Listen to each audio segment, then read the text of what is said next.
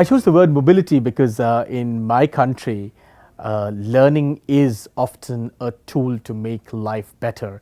You actually move, from one stratosphere of life to another stratosphere of life. You move from one ecosystem of life to another ecosystem of life. You move from what is your state in life to another state in life, literally, via learning, right? And I know this from my own life experience, that I'm here before you giving you this interview only because I had a particular education, and one of those key things that I got from my education was the ability to use the English language better, right?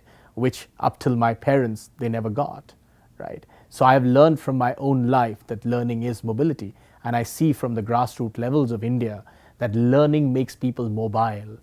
People in India are trapped in their circumstances, as people often tend to be, trapped literally in locations. People can't move out of villages or small towns because they don't have the ability to, move out. They don't have the skill sets to move out of those locations in their minds and those geographical locations.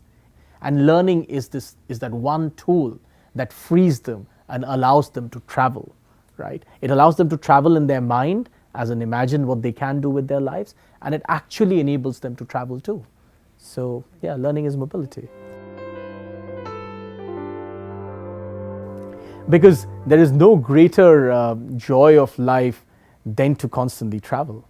The human experience, the sum total of the human experience, or the human experience distilled down, is essentially this idea of proactive imagination, that you constantly reimagine what it means to be human, right?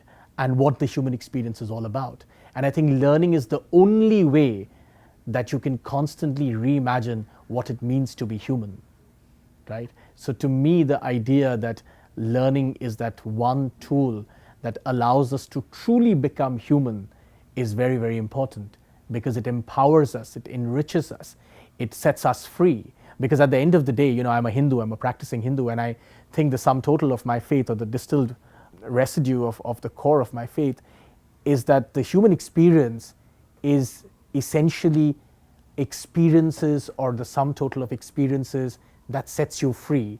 The goal is that you're set free. You're set free from fear, from prejudice, from desire, from all sorts of things, right? You're basically set free. And it's only through learning that you get to the point when you're set free. Nirvana, what is nirvana? Nirvana is being free.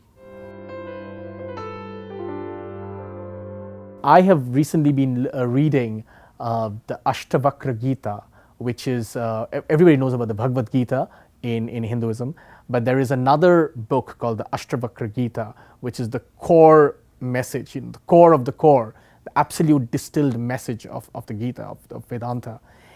And if I may say so, it's spirituality at its most distilled form, with very sort of simple, straight lessons. And one of the greatest lessons that I have learned by reading the Ashtavakra Gita, which I think to me has been an extremely empowering lesson, is that this idea of renunciation means nothing, because at the end of the day, the Vedanta teaches that the universe is you. So what will you renounce?